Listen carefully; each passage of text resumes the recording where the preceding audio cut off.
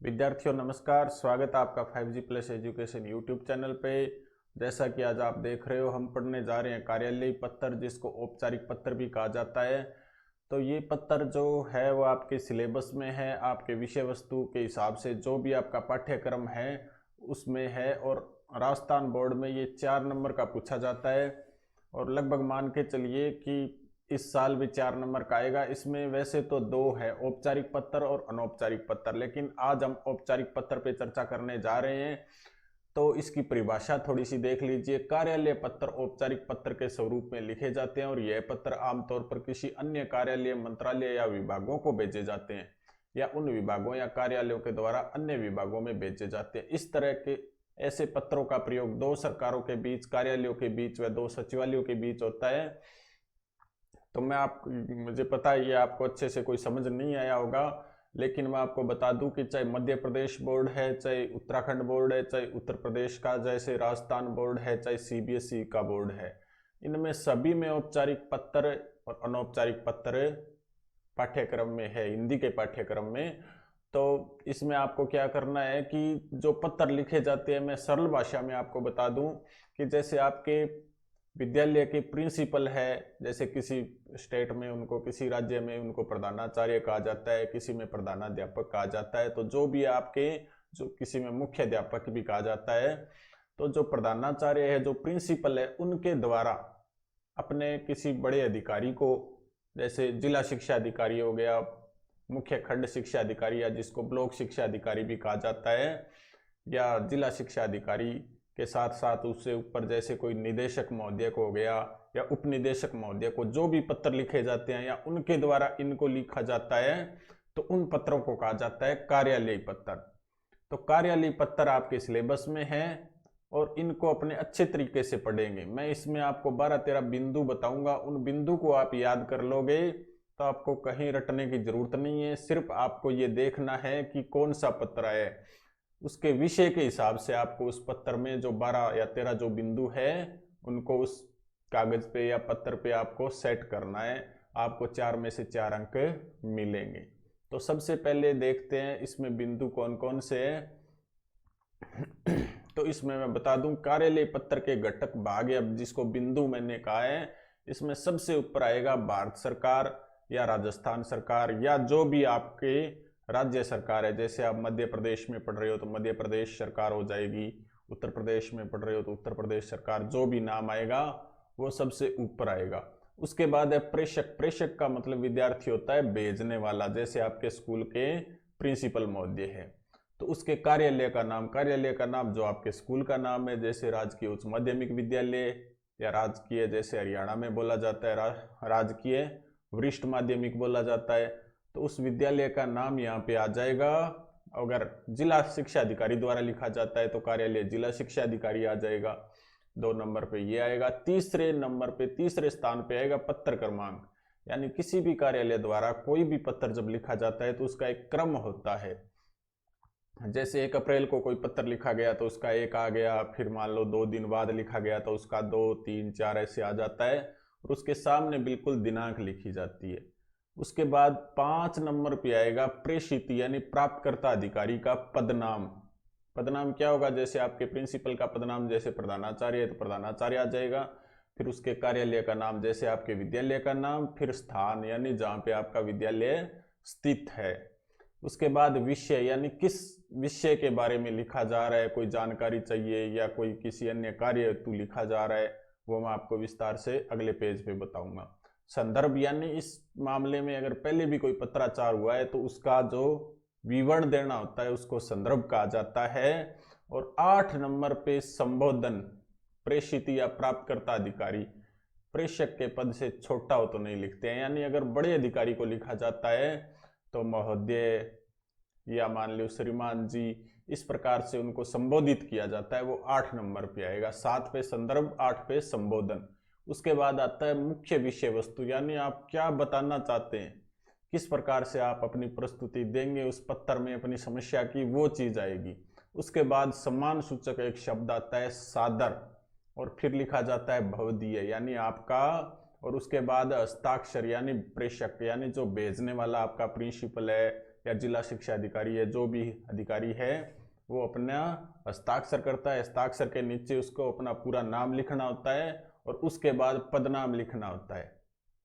यानी जो भेजने वाला होता है वो अपना पदनाम लिखेगा, जैसे प्रधानाचार्य है या जिला शिक्षा अधिकारी है जो भी, और जो भी सूचनाएं भेजी जा रही है उसके लिए आपको क्या क्या उसके साथ भेज रही हो, संलग्न बोलते हैं जिसको। जैसे कोई विद्यार्थियों की सूची हो गई या किसी समस्या के बारे में कोई रिपोर्ट हो गई, वो सब 1 2 3 ऐसे क्रमांक में जितने भी हो अपने लिखते जाते हैं। तो अब मैं आपको थोड़ा सा पत्र का प्रारूप दिखा देता हूँ, वो आप देख लीजिए। जैसे ये क्रमांक है 1 से 13 तक, वैसे ही क्रमांक दिए गए हैं।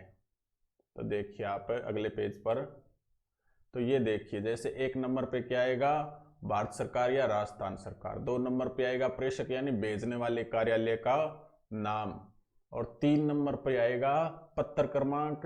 पत्र क्रमांक लिखने के बाद सामने आ जाएगी दिनांक, पत्र क्रमांक 1 2 3 4 ऐसे हो जाएगा। फिर प्रेषित अधिकारी का नाम इस साइड आएगा, यानी आपको पूरा कॉपी का एक पेज मिलेगा जिसमें लाइन्स होगी। तो पहली लाइन में ये आ जाएगा, दूसरी में ये, तीसरी लाइन में इधर ये, और इसके सामने बिल्कुल ये 4 नंबर वाला। फिर उसके नीचे वाली 3 लाइनों में ये 5 नंबर का जो भी आएगा वो आगे जो पत्र लिखा हुआ है मैं आपको बताऊंगा। फिर उसके बाद किस विषय में है, किस संदर्भ में, फिर संबोधन महोदय हो गया जैसे, फिर मुख्य विषय वस्तु वो आ जाएगी। उसके बाद सादर, फिर बहुधीय, फिर हस्ताक्षर प्रेषक यानी जो आदमी भेज रहा है उसका हस्ताक्षर आ जाएंगे, और फिर उसका नाम आएगा, फिर उसका पदनाम आएगा, और फिर उसके साथ क्या क्या उसने संलग्न किया है वो आएगी। अब देखते हैं कि ये तो आप थोड़ा सा इसको देख लेना।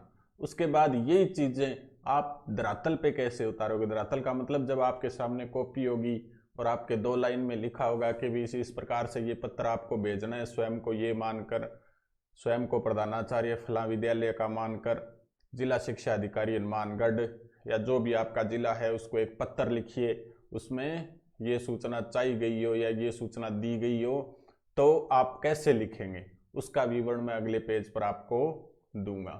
तो देखिए अगले पेज पर ये देखिए, तो ऊपरी ऊपर आप राजस्थान सरकार लिख सकते हो, भारत सरकार या आपका जो भी राज्य है उस सरकार का नाम, फिर कार्यालय का नाम। तो कार्यालय जैसे मेरा विद्यालय कार्यालय प्रधानाचार्य राजकीय उच्च माध्यमिक विद्यालय गनियासर ब्लॉक राउतसर, ये तो आ गया कार्यालय का नाम, ये स्थान का नाम, और फिर ये ब्लॉक या तहसील का नाम जो भी आपके चलता है। फिर पत्र क्रमांक जैसे 100 पत्र मैं पहले भेज चुका हूं, तो जैसे अब 101 पत्र मुझे भेजना है तो ये 101 आ जाएगा। उससे पहले 2023 यानी साल आ जाएगा। उसके पहले आप विविध लिखो तो अच्छा है, नहीं तो जैसे छात्रवृत्ति लिख दो तो भी छात्रवृत्ति के क्रम में जैसे अपने पत्र लिख रहे हैं। और ये कार्यालय का नाम आ गया शॉर्ट्स में, और ये जैसे एक फाइल लगी होती है यानी उस पत्र की कॉपी रखने की जो भी फाइल होती है, जैसे 4 नंबर 5 नंबर वो दे दो, फिर कार्यालय का नाम, फिर क्या विषय वस्तु है, फिर साल का नाम, और फिर 101 ये आ गया, और फिर दिनांक 20 मई 2023। ठीक है, ऐसे आप लिख सकते हो। तो फिर है जैसे श्रीमान जिला शिक्षा अधिकारी, जिसको भी पत्र लिखा जा रहा है तो उसका थोड़ा सा क्या करते हैं कि आदर के साथ लिखते हैं श्रीमान जिला शिक्षा अधिकारी। फिर ये माध्यमिक शिक्षा का एक प्रारंभिक शिक्षा का है, वो जैसा भी है वो आपको लिखना है। फिर हनुमानगढ़ ये कार्यालय का नाम आ गया, फिर स्थान का नाम आ गया। फिर विषय यानी कौन सी रिपोर्ट आपको भेजनी है, तो आपको जैसे कक्षा 10वीं के विद्यार्थियों की 2022-23 की बकाया छात्रवृत्ति के संबंध में आप जिला शिक्षा अधिकारी महोदय को अवगत करा रहे हो कि इन विद्यार्थियों की छात्रवृत्ति आई नहीं है, इसको यथाशीघ्र उपलब्ध कराएं। तो संदर्भ क्या है कि मान लो आपको थोड़े दिन पहले 10 मई को यानी 20 मई आज अपने मान रहे हैं, तो इससे 10 दिन पहले आपको जिला शिक्षा अधिकारी ने पत्र लिखा था कि जो भी जिन बच्चों की छात्रवृत्ति नहीं आई है उनकी सूची आप हमें उपलब्ध कराइए।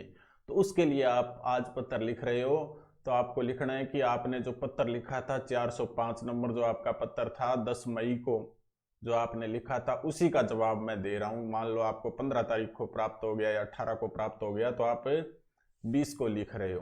तो महोदय उपर्युक्त विषय अंतर्गत, विषय कौन सा, ये वाला बकाया छात्रवृत्ति के संदर्भ में संदर्भित पत्र यानी जो आपने सूचना मांगी थी उसके संदर्भ में मैं निवेदन कर रहा हूं कि आपके द्वारा जो भी बकाया छात्रवृत्ति की सूचना चाहिए गई है, मतलब वो संलग्न सूची के अनुसार है, यानी इस पत्र के साथ आप एक सूची भेज रहे हो, उसमें वो पूरी सूचना है, जिसमें कक्षा 10 के यानी पिछले साल के यानी 22-23 के 8 विद्यार्थियों की छात्रवृत्ति आज दिनांक तक प्राप्त नहीं हुई है। अतः निवेदन है कि उक्त कार्रवाई यथाशीघ्र करने का कष्ट करें, यानी इनकी छात्रवृत्ति है वो आप यथाशीघ्र उनके खाते में जमा करवाएं।